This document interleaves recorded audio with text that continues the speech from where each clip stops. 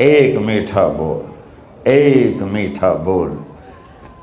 بھائی بہنوں، میں کہا کرتا ہوں چھوٹوں کو بولنا سکھاؤ اور بڑوں کو چپ رہنا سکھاؤ۔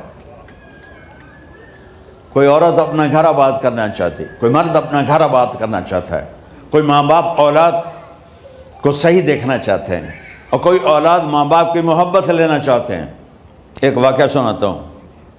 ہماری ایک دھوبن تھی، اس کا نام تھا ماسی شریفہ، بڑی لڑاکی، موٹی بھی چنگی ساری تے، قد بھی چھوٹا جا، بندہ اور خطرناک ہو جاتا ہے۔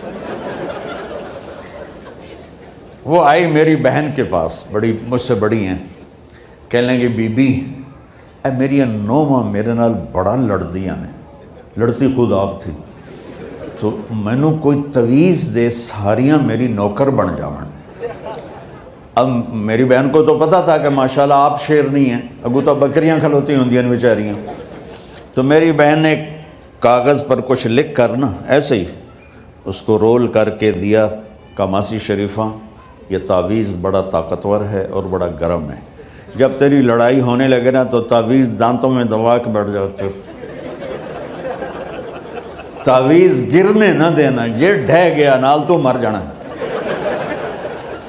اچھا، اب اس نے کیا کیا، چپ کروایا۔ اب ہمارے پنجاب میں کیا پورے پاکستان میں کیا تعویذ گنڈے جب تک کمزور ایمان والے ہیں، عاملوں کے پیسے ہی پیسے، کالا جادو کر دیا ہے، کالا جادو، کالا ہے کتھے نام مراداں دا، وہ کالا چٹا نظر کے میں آ جاندہ ہے۔ یہ سب ڈھکوسلے ہیں۔ نفل پڑھو، دعا کرو، اللہ سے مانگو۔